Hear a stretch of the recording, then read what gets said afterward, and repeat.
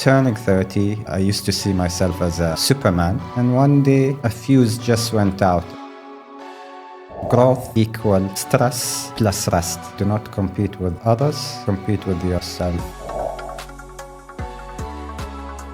We cannot multitask. If you want to achieve more, you need to be focused. And the key to be focused is to do one thing at a time.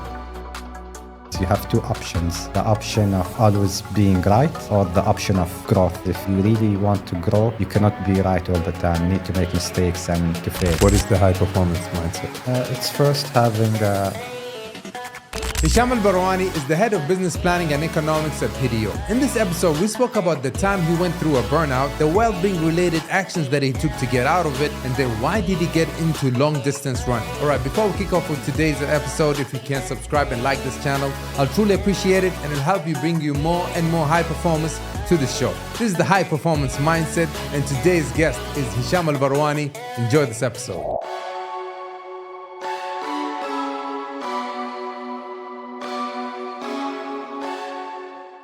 Hisham, why did you start running? I started running because I was out of shape. It was just after COVID and I've spent a really long time home because of the lockdown.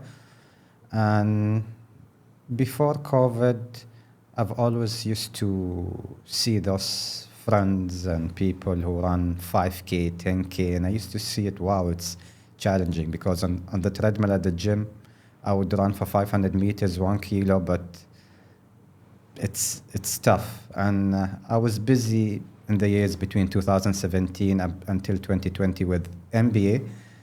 And just after I finished MBA, COVID hit. So it was there stuck in my mind. And I remember for many years, I had a goal in my note is to run a sub 50-minute 10K. And I only did it last year in March in Sahar. I remember that run. I definitely didn't do it in under sub 50, but we'll get to that. All right, so in 2018, you went through a burnout. Yes. Right. So what is a burnout? So, okay, I will speak more about me, and it's similar to the scientific explanation. So I was turning 30. I used to see myself as a Superman. I was doing well at work, but I took extra roles and extra focal point. I was doing my part-time MBA, so I would work hard during the morning, and I would be attending classes or working on assignments in the evening and weekends. Beside that, I was the chairman of tennis section in Ras Al Hamra. So I had a lot on my back, no time to rest. And one day, a fuse just went out, and there was this irritating feeling. And for many months, I was struggling to sleep. I would be really exhausted. I would go to bed. I would sleep for a couple of hours and then just remain awake. So simply, this is the burnout. What were the symptoms or things you noticed with yourself that you felt, okay, now this is alarming? Okay, so there were physical symptoms. I couldn't sleep. I had issues with my digestion. If I eat anything, I would feel some sort of acidity and burning. I used to have chronic chest pain. I didn't know what was the reason, and I even went to cardiologist twice and ran multiple tests, and I was just fine. I used to get these allergies attack. I would be red and I would need to have antihistamine. So this is from physical point of view. Emotionally, I'm always exhausted. I didn't have any motivation. I hated work. I used to get irritated easily.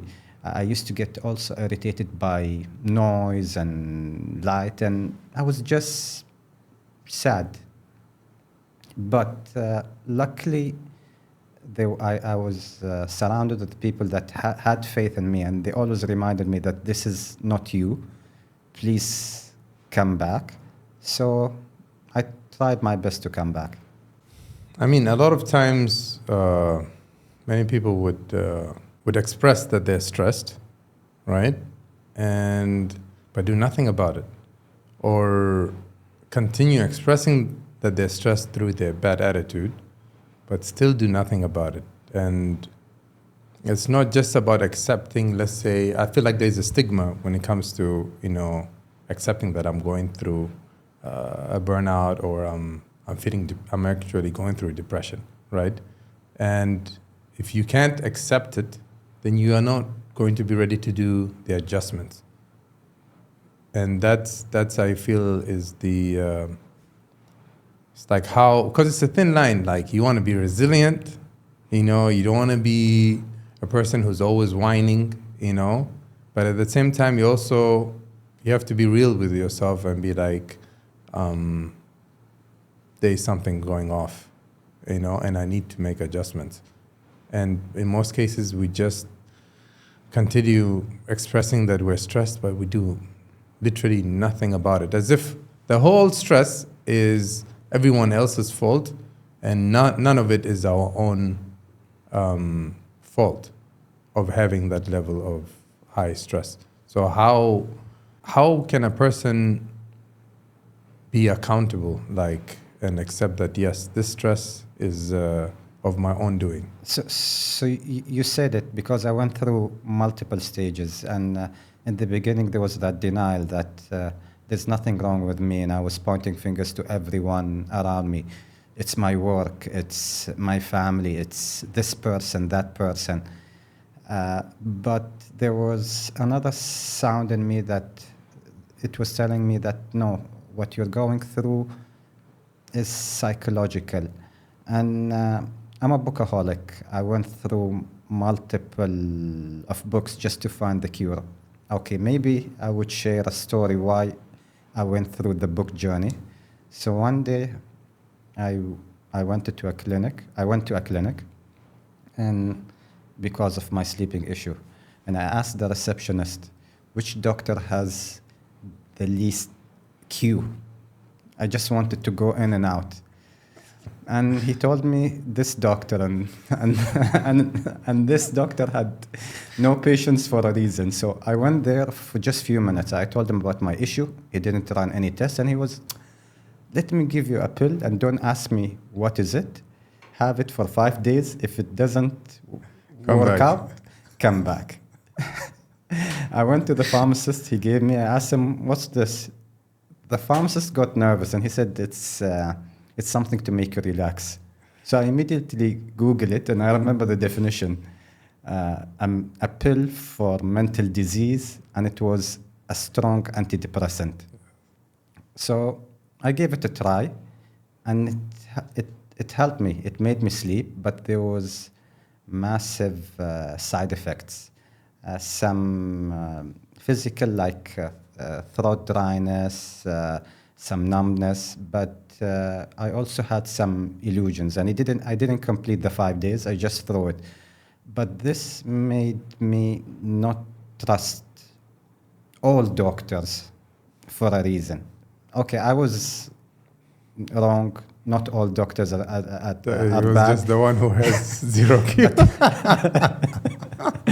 But yeah, it was that particular doctor, but it took my trust away from doctors. So I started to do a lot of readings, and one of my colleagues told me about this author called Dr. Joe Dispenza. So I started by reading his book, Breaking the Habit of Being Yourself. I've attended to some of his online courses, Nice. and he explained something that I was going through, which was the survival mode. So me understanding the survival mode, me understanding that my body is full of adrenaline and cortisol, and I'm reacting to everything as a life-threatening to me, was the changing point. And then I went through a journey to... You remember what part of what, let's say, Joe Dispenza's lectures that you felt, okay, actually he is describing me? Which part was that? Because I mean, I'm trying to imagine, like, if a person, like, if we now try and run a diagnostic on how many people are going through a burnout, there'll be a lot, right? In our current times, not just because of bad bosses, right? Could be just because of social media, always on our phone, dopamine kick, etc. They could watch Joe Dispenza and, oh, nice video, share it, but not take it like, okay, this is serious and he is describing me and I need to apply what is Okay. So saying. the way he explained the survival mode, so our body has this system. It's a good system to keep us alive. So imagine this prehistoric person who lived 3,000 years ago. He's walking around and a lion attacked him. So the brain would send signals to the adrenal glands, which will emit the survival hormones, adrenaline and cortisol, and our body will react in a certain way. So our heartbeat will increase, the internal parts will shut down, like our digesting system, and all the energy will transmit to our muscle. So we either fight the lion or flight. But have you seen any lions recently? No. So you've mentioned bosses, deadlines. It can be anything that our body would react to it As a threat. as a life-threatening. And that was an eye-opener that I was going through multiple stresses, especially multiple deadlines at work and during my studies.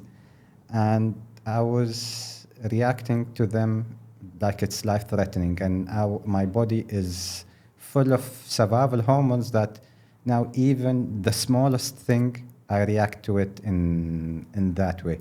So mainly understanding the survival mode and then knowing that I need to be present, because the only tangible thing from time is present, because I was either living the painful past, something would happen but once, but I will keep repeating it over and over. Yes.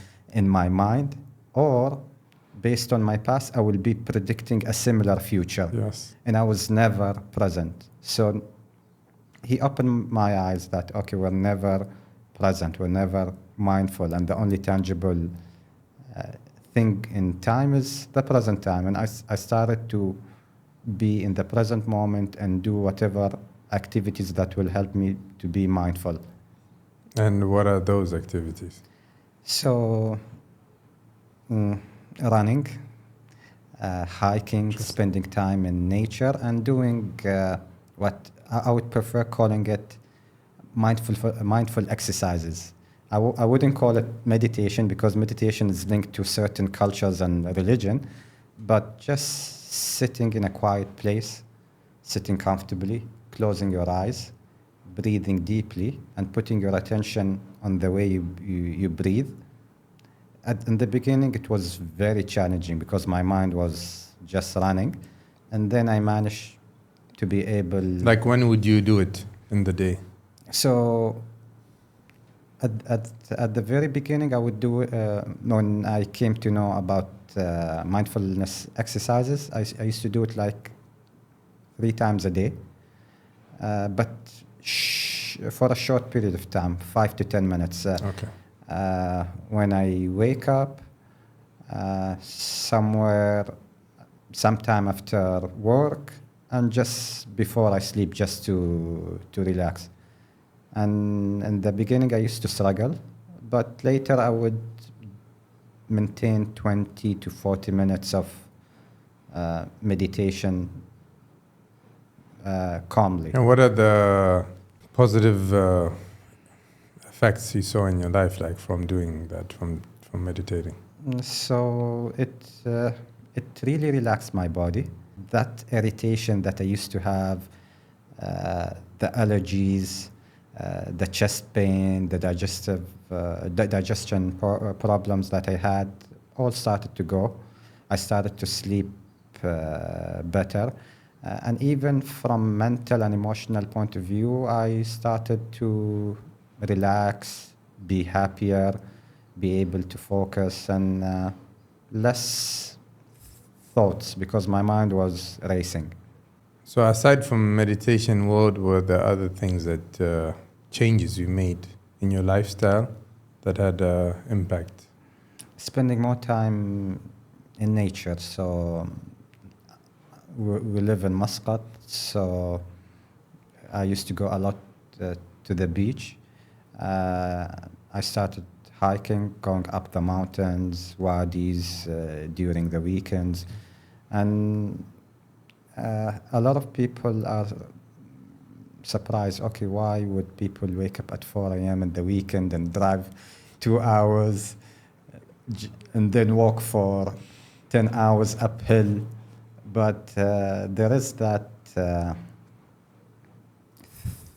therapy in it. I cannot explain it, but usually I would have a rough week and I'm stressed out, and on my way back to home, I'm fully relaxed and calm.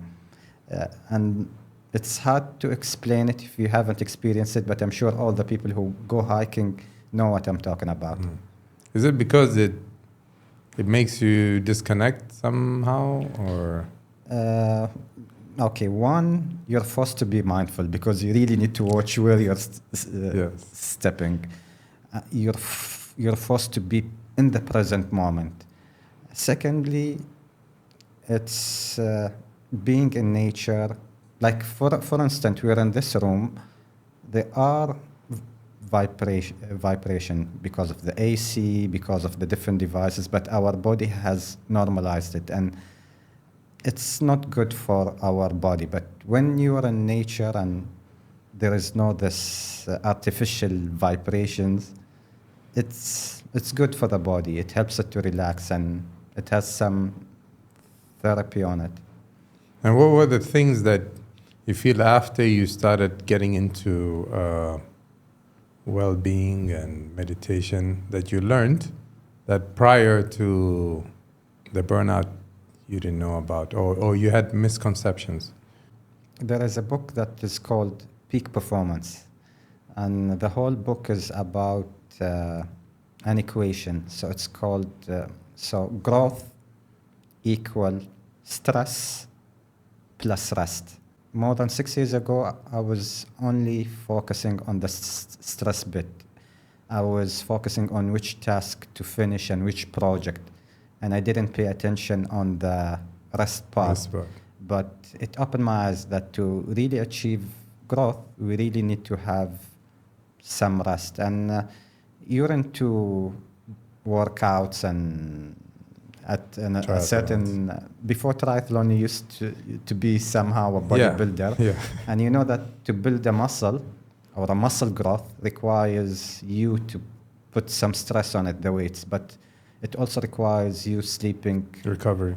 And to recover and to hydrate and to eat. So yeah, the rest part of the growth equation is what something I didn't that you didn't take into consideration before. I think it's just the same. Like, let's say if you go like in any long distance endurance training, you have to apply pacing. Otherwise, you're not gonna make it. You're gonna, bunk a third of the, of the route, and that's it. You get a cramp, or, faint, or get an accident.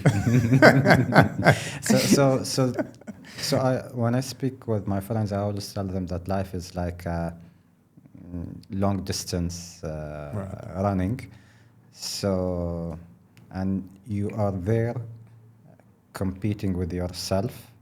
You're not competing with others. You're there running on the pace that you can do, where you can beat your previous PR in a safe way. Yeah. And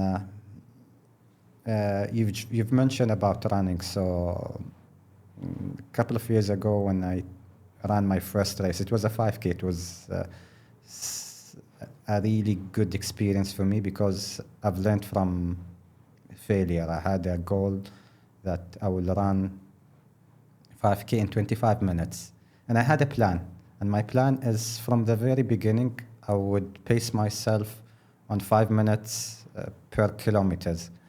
But because it was my first race and the excitement, and there were different races were better with me, when the race started, I didn't watch my pace, and Sprinting. and I just ran with others. And for the first half kilometers, I kept up with them. But I still remember the last kilometer. It was really painful. I drained myself, although that I was able to do it in 25 minutes, but I didn't because I didn't stick to the plan. And when I watched my stat after race, I started with a pace of 3 minutes per kilometer. Wow. Yeah. Wow, that's a super sprint. Yeah, you should, join the Kenyans then. Yeah. Yeah, that's pretty much their pace. So why did you get into running? Was it, I know you told me you started basically end of 21, right? Yes. So that was your first experience with running. What happened after that? You remember, and I want to know mentally and physically, what are the lessons you got out of it? Because I feel like everybody remembers their first run, first proper run. So the nice thing about running is there is this instantaneous results that you get, especially if you have a smartwatch and you follow your stats. So it's really nice to see you're improving with time. So you're either increasing the distance that you're running, or you're running the same distance in less time, or you would see that in a certain pace your heartbeat is going lower. So that continuous improvement is measurable and in numeric. Unlike other things like growth at work, it's untangible, Yes. or the results would take time. But with running, every run, you measure yourself and you can see, are you trending up or down? You would have bad runs from time and then, but there is that enjoyable thing. Another thing is, in running, it taught me to really stop competition with others. And one of the quotes that I really like from someone called Dr. Jordan Peterson, do not compete with others, compete with yourself. Yesterday, it's just me and myself. It's unlike other sports. So I play paddle tennis aside, but paddle tennis is all about competition with others. You're going there to beat others, but running, it's you and yourself. You remember where this lesson about your just competing with yourself resonated with you? What part of running, or was it a situation that happened, an incident that happened that you felt okay, yeah, I definitely need to stop trying to compete with others and just focus on just improving my, doing better than my past? So running is one thing. So now in my races, I stick to my plan. I've learned it the hard way.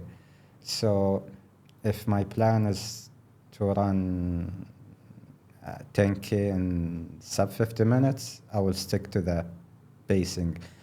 And recently, I've run a half marathon in 1 hour and 52 minutes. A lot of my friends, my running buddies, they've did it in less than 1 hour and 40 minutes, 1 hour 30 minutes. They really had good numbers, but I didn't care. Maybe in the past I would compare myself, but this time, no. I know that with my current level of fitness, I can do 1 hour and 52 minutes. And that's the best I can do. And hopefully in the coming years, I will do a sub 45 half marathon. I think it's because you actually have a clear long plan, and you know that this is just part of, you have your own set milestones that you're trying to accomplish. Exactly. And it's easy to forget your plan. So, for instance, at work, I would receive an announcement that someone with a similar number of experience, one of my colleagues got this position or that position. So, In running.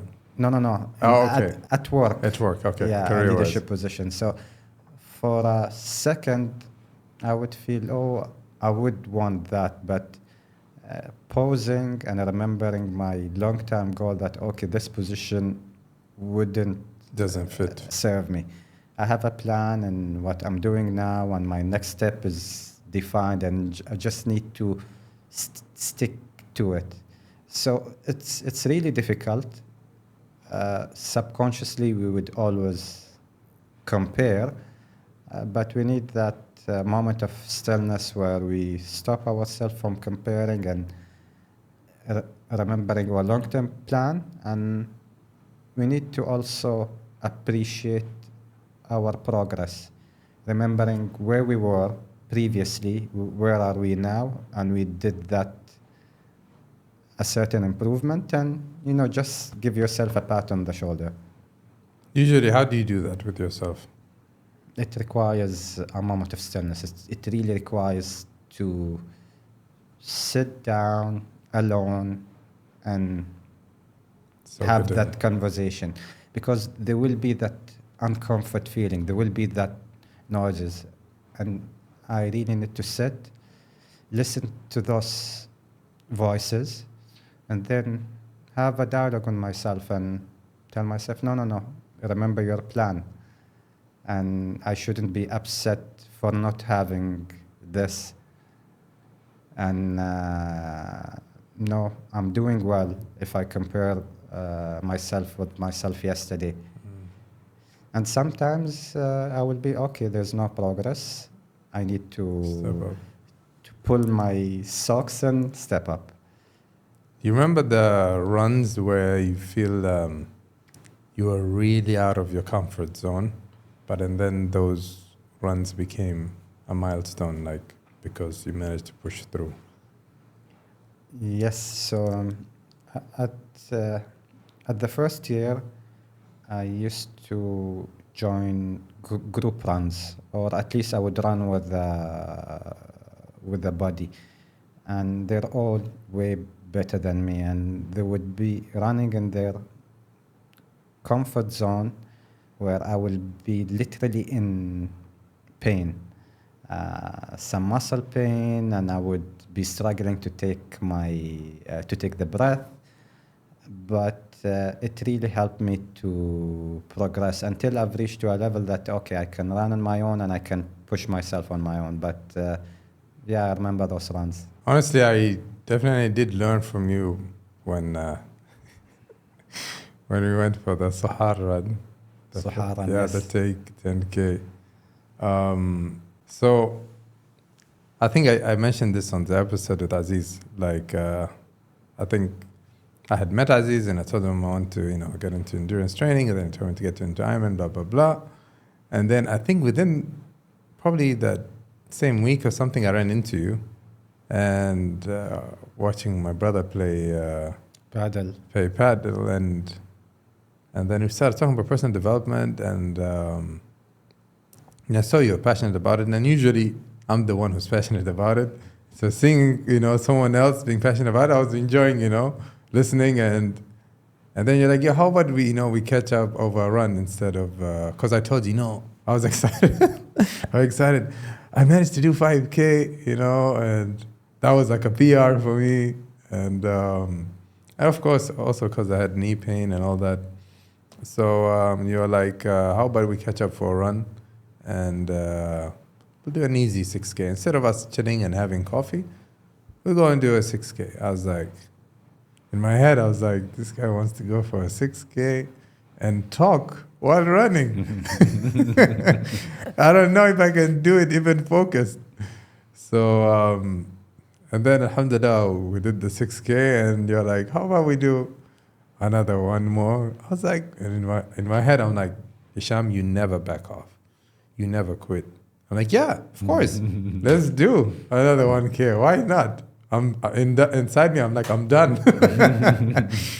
We did that 7K and a half or something. I didn't die, alhamdulillah. I think we did one more, and then you sent me the Sahara run post. I didn't respond. I was like, I need to think about this. Let us just chill. You know, when you're so out of your comfort zone, you can't even see it behind you, and you're like, and the other person's asking you for more. You're like, just wait. So, and then I was like, it's okay. What's the worst can happen? Let's do it. And so, yeah, what did you think from your experience of running with me as a beginner? What did you? What are the things you pointed out in your head? You're like, this guy. So at that time, I was more experienced, more an experienced runner. And I remember those days when I was telling you about the different hard zones, and currently we're doing circadian. Well, I mean, when you're pacing your the pace of your run, like what is it called? So we were doing an easy run, where you can have a conversation while running, Right. and but the tough thing is you never had a heart rate monitor, and I was telling you, go buy yourself a smartwatch with a heart rate monitor. How can we know at which heart zone you're working on? And I admired your overconfidence, because by then I think I was running for 2 years, and I had my goal of doing a sub 50-minute 10K, and you said, okay, I will join you. And we went to that Sahara race, and Yeah, you picked me, like, I think we met. at 4 a.m. Was it? Okay. I think I had to wake up at 2:30 and leave the house and Yes. pick up one of the runners and then meet halfway and then. Yeah, the run I think started around 6 or 7 a.m. and Oh, we were there before. We were there Yeah, like at least 5:20 or something. Yeah, we prayed Fajr, we did our warm up, and still you didn't have any heart monitor, and I still remember kilometer number 4. We were running at a pace of 4 minutes and 45 Oh, seconds. man, you are kidding me, man. And at that time, you gave up, and you said, Hisham, You go. you continue. And I was happy because I did my 10K in 47 minutes. I was hoping to do it in 49 minutes. I did it in 47 minutes. Mashallah. You had a good 10K, but unfortunately, we don't know how long you did it. But I'm glad now I see you wearing a Yeah, I garment. got my Garmin. Yeah. No, I mean, I know that day I did around 1 hour, Yeah. give or take 5 minutes, maybe 3 minutes more, maybe 3 minutes after. But yeah, and then the last, was it Al Moj Marathon? I did the 10K and did it in 47 or 49 minutes. Anyways, and So sub 50. and it's up 50. Yeah, Yeah. that's all that. Yeah. But I definitely learned, about pacing. I learned from you, Yani, and learned about, when at the kickoff, everybody's like the herd. It's like a stampede. Everybody's running. Why are we running? I don't know. Just keep running. It's people. It's like, yeah. Why are we going so fast? I don't know. Just keep running. And you already know all of these guys. Give them like 15 minutes. They'll be walking somewhere. Yeah. I remember that I was telling you slow down. Yes. And I was watching my watch. I was trying to maintain our pace where everyone was overtaking Sprinting. us. Yeah. And I told you that in 5-10 minutes we will overtake half of them or 3/4 of them, and it happened. Yeah. I was passing this lesson to Saad Saad Al Al-Habsi. Habsi. Yes. We read because we started together at Al-Mawj, and I was telling him, let them run this space. Shout out to Saad. Big fit Papa. But yeah, and then that helped me, like when I started training with Aziz Al-Absalam, training for the Ironman. A lot of the lessons I learned from you in terms of running, that really came in handy, yani. And you apply it with swimming, you apply it with cycling. So your experience reminds me with something that I heard Robert Greene speaking about. So one of Robert Greene books called Mastery, and he says to achieve mastery there is no shortcuts. You need to go through failures. So with me in running, I went through multiple failures in different races, and I've learned it the hard way. But there is a shortcut, is when you have a mentor. And in your case, you had multiple mentors, and your first race was Sahar, and you were running with me. Yeah. Maybe it was you had failure in mid-race, but you've learned. I didn't. Not a failure, but Yeah. let's say it was a humbling experience. So I remember you're not the only one that was telling me, they can see my mindset, and this guy is like, no watch, just like, yeah, let's go, David Goggins. And I think it's a double-edged sword, being confident and being stubborn and being the double-edged, because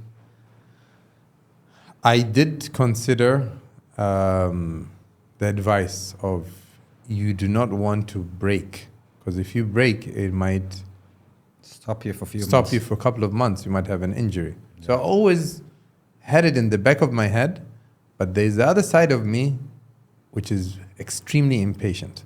Yeah. Right? and it helped me.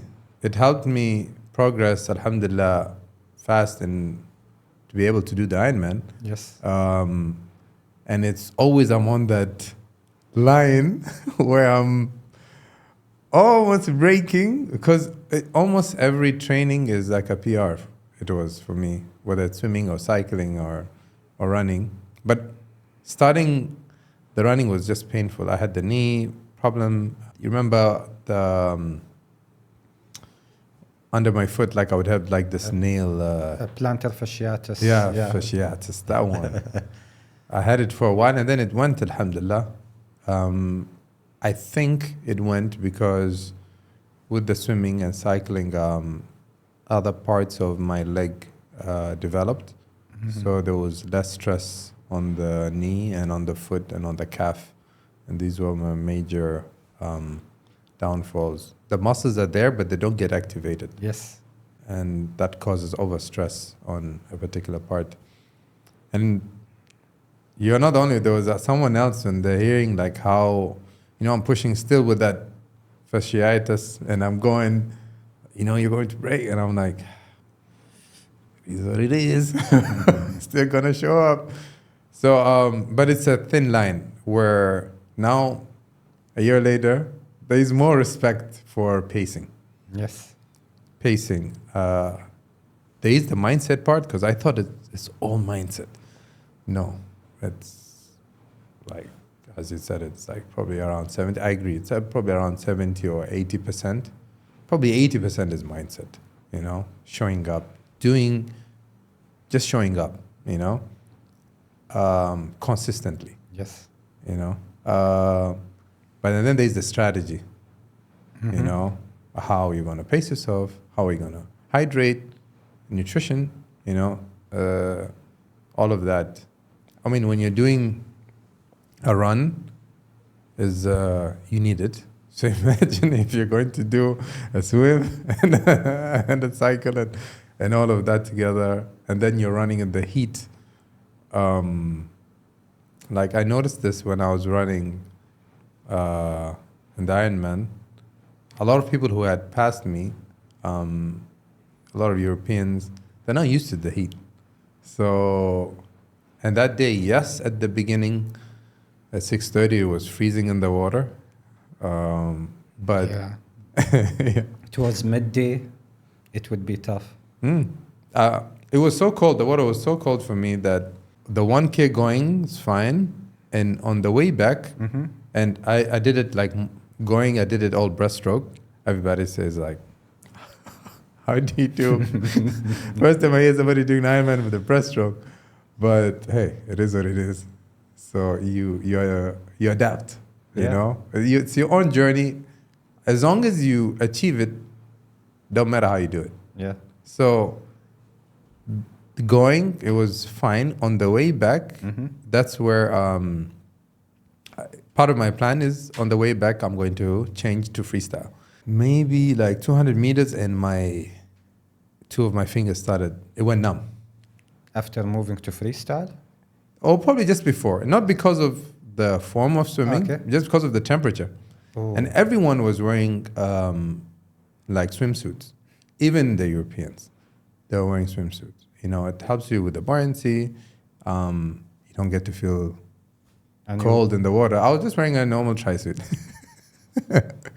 Right? And if you're not used to it, like you have to have already practiced and trained with the swimsuit, because there is some restriction that it causes, an uncomfortable way. So, and I was sick that week, so I sent a message to Aziz at 4. I know you have a swimsuit. Can I come and get it? Because I was breaking sweat. I had fever. I changed shirt. That was my night before Ironman. It wasn't because I'm nervous. That's normal with any competition. But that whole week, because I did it with the cold plunge, and I was cycling in Al Qudra, in the desert, Yes. in the cold, 17 degrees, just wearing very light. So I was sick that week. That's supposed to be the recovery week. So, anyways, whatever. The swim, got it done, got on the bike. Going, it's fine. Went till the Bustan and all that. Then the heat started kicking in. Yes. On the bike, and you still have the run. So by the time we get to the run, a lot of people who had passed us, you see a lot of Europeans, like, they're having a sunstroke. And they can't run. They're just, questioning their existence. You see what just looking up to the sky. And if you've done runs in the heat, you understand that cooling yourself is more important than hydrating yourself. Yeah. If you were to choose. In water breaks, you would. Yes, I would put it on my head instead of drinking it, that cold water. And I would take this big block of ice and continuously rub it on my head and the back. That was me running throughout. And alhamdulillah, like, I've finished in good shape. Of course, the next time, inshallah, I'll do the Ironman. I think I overpaced myself. That was part of the strategy, just take it easy, finish in time, and not break anywhere. Yeah. But now that I've already done it, inshallah, the next one I'll... Break your previous number. Exactly. You have a reference to break. Yeah, very clear reference. What is it called? I want to move now into COVID. Right? Everybody had their experience with COVID. Of course, there are a lot of negative experiences. Probably, I don't think there's a family that didn't lose their loved ones because of COVID. But there was also a lot of positive experiences that came from COVID. What were your positive experiences? So, COVID wasn't easy. I mean, just sitting home was really challenging. And another challenging bit was during COVID, I was in the new technology department. So with oil prices going down, the department a little bit slowed down, where I would see my other colleagues would, still work. So I reached to the point that I was feeling pointless. So to compensate that, and since I had so much time home, I I used to read a lot, and I used to attend a lot of online courses, and I was tough on myself on not wasting time. And I think for a few months during COVID, I deactivated my Instagram because I didn't want to waste any single minute. So when 2020 ended, What was your drive for that? the drive is because I was feeling pointless. It was just sitting home, doing nothing, seeing others working hard because other departments had to bring saving initiatives where my department a little bit slowed down. So uh, I wanted to compensate. So I compensated by mental growth. Nice. So every day I would have few hours of reading, and when the year ended, I was surprised that I managed to finish more than 50 books, and I've Mashallah. attended more than 30 online courses. And I also had some time with myself where I reflected and I saw where I went well and where I didn't go well. So how would you make time like to read 50 plus books? Uh, with COVID, it was easy because I would work from home. Mhm. So an hour of commute time is saved. Yes. I didn't work out much during COVID. I had my home gym with a pull-up bar and some weights. I would work out a few times a week, and I had a lot of free time. I tried not to watch TV. I deactivated my Instagram. How did that feel? It felt liberating, and Was it easy at the beginning? no, uh, you know, you would feel like you will miss out on updates if you don't go through your social media. Yeah, what is the new cool hotel that you haven't been to? Yes, and and you will feel that okay, I would miss communicating with my friends through reels and what. But when I deactivated, I felt no, it's all waste, and I missed nothing. You felt some sense of just relief, right? Relief, and also I felt I don't know how to explain it. A clear mind. You know, with social media, you crave things and you go by things. There is that programming that it happens. I mean, there is sophisticated marketing that happens in social media. I'm not a coffee person, but many times I would crave a coffee because I would see so much coffee mugs and people sitting in coffee shop. This is an example. So yeah, without Instagram, it was a clear mind, and the inner voice was clearer, and I managed to know what I really want, not what is programmed to me for me to want. And from the 50 books that you read, right? I want to ask about all of them, but what would be your top 5 and why? Some of the books that I still remember are Ryan Holiday books. He had 3 different books that I read in that year. Ego's the Enemy.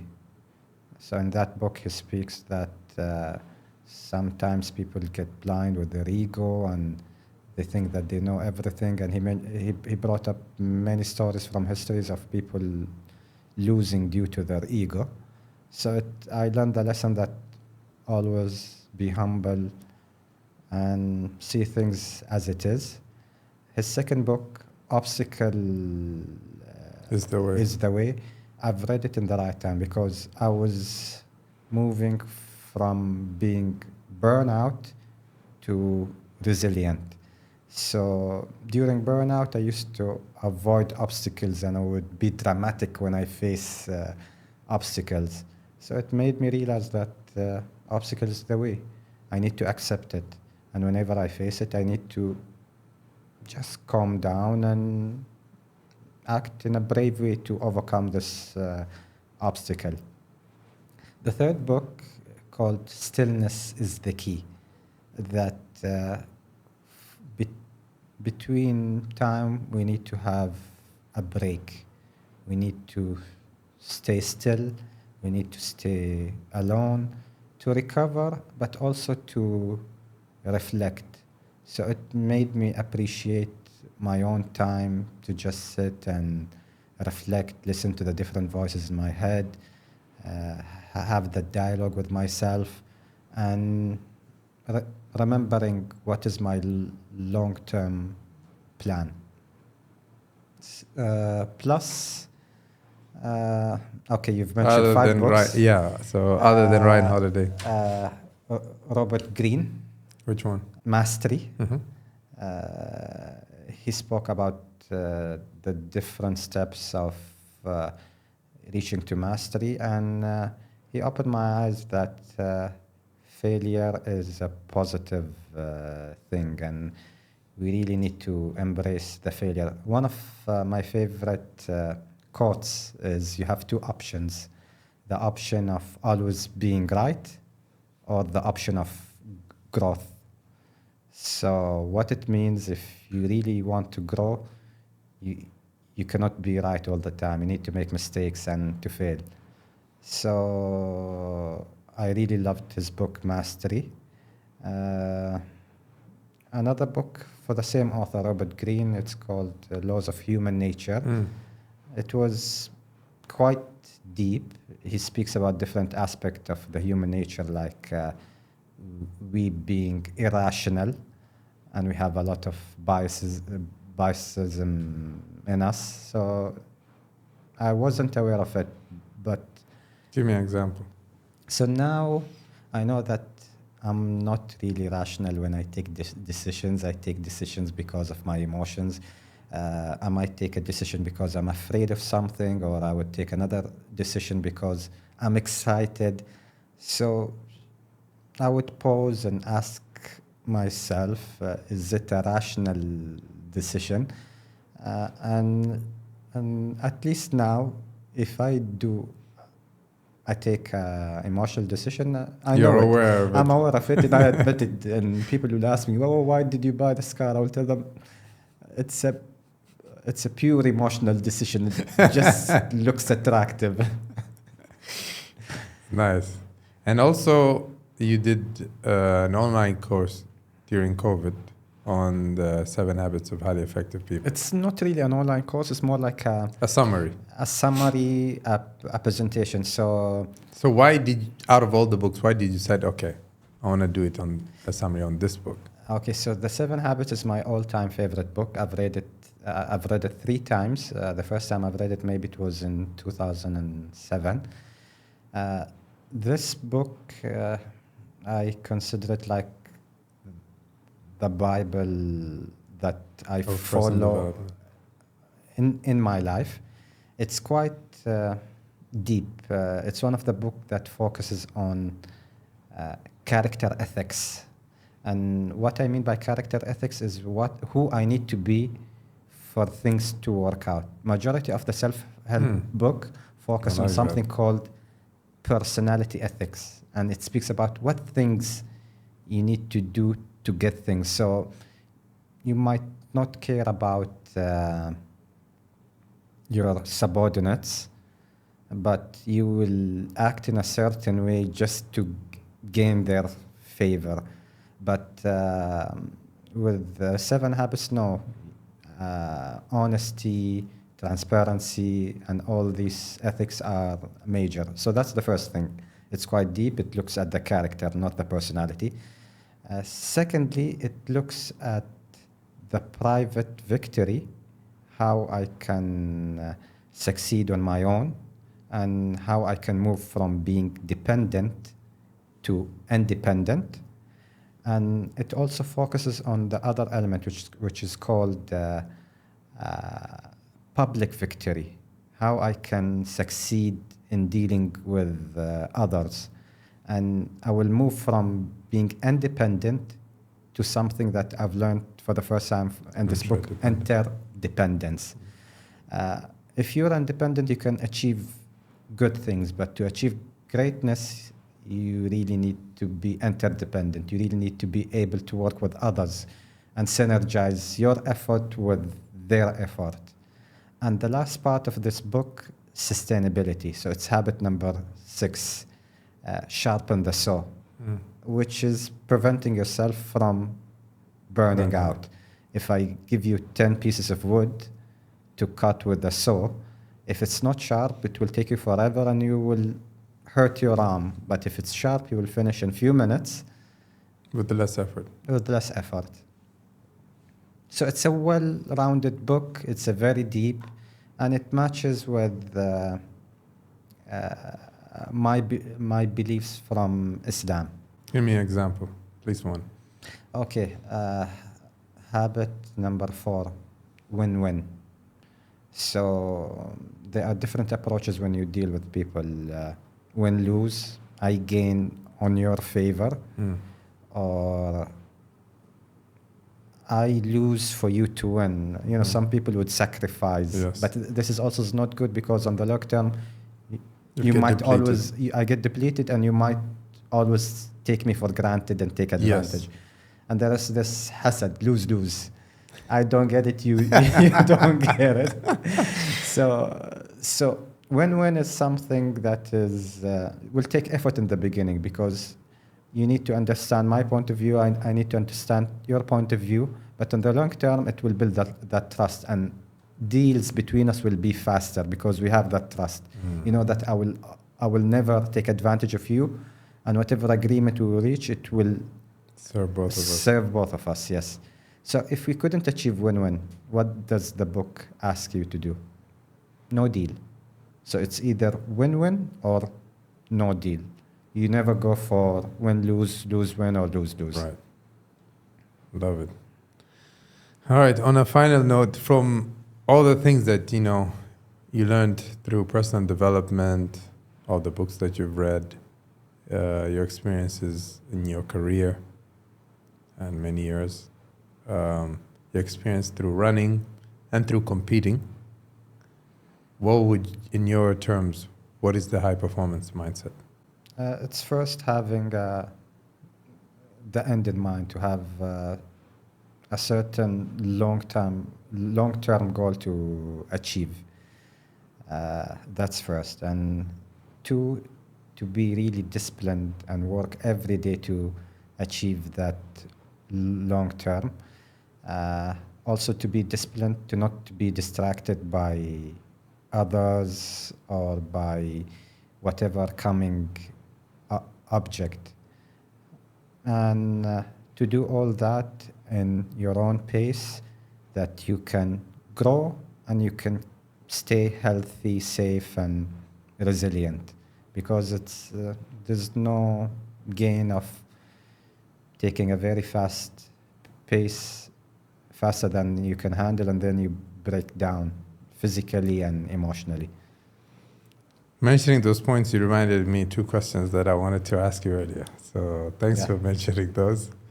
The first one is, most of the times we know what we're supposed to do, but now the application part is a problem. A lot of people know, let's say, they're stressed maybe, but then they don't do the necessary part of adjusting or building a new habit or letting go of a bad habit.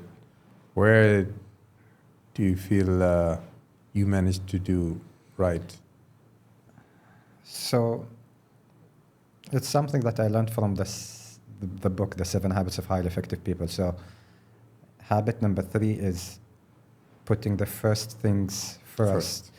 So we have things that are important and things that are not important. And we have things that are urgent and things that are not urgent. And uh, when we are not disciplined, we will be dragged by the things that are urgent but not important.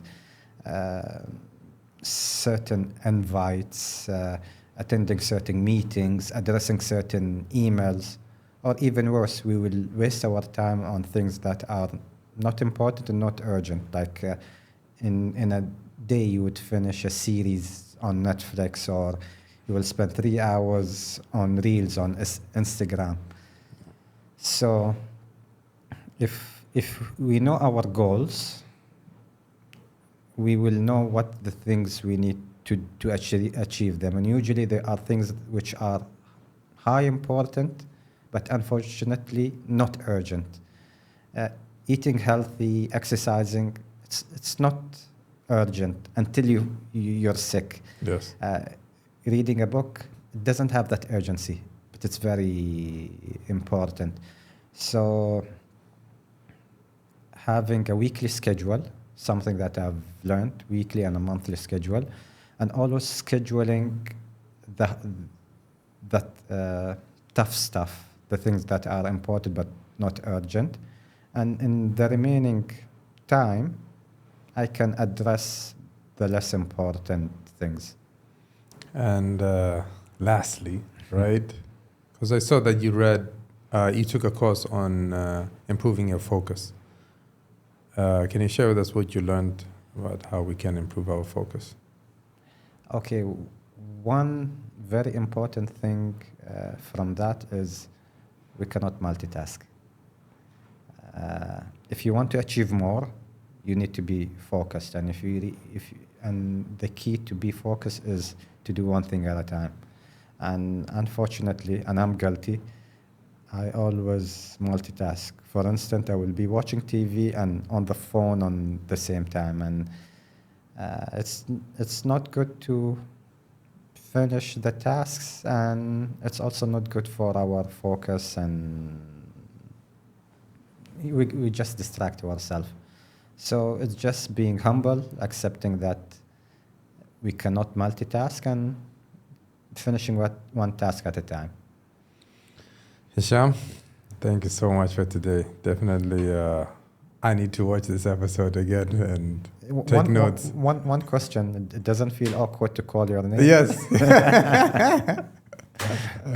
It's nice.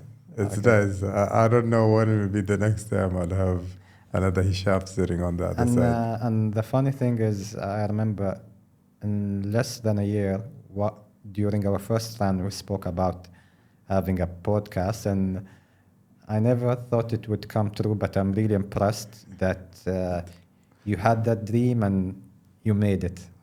So congratulations for that. Appreciate it. Thank you.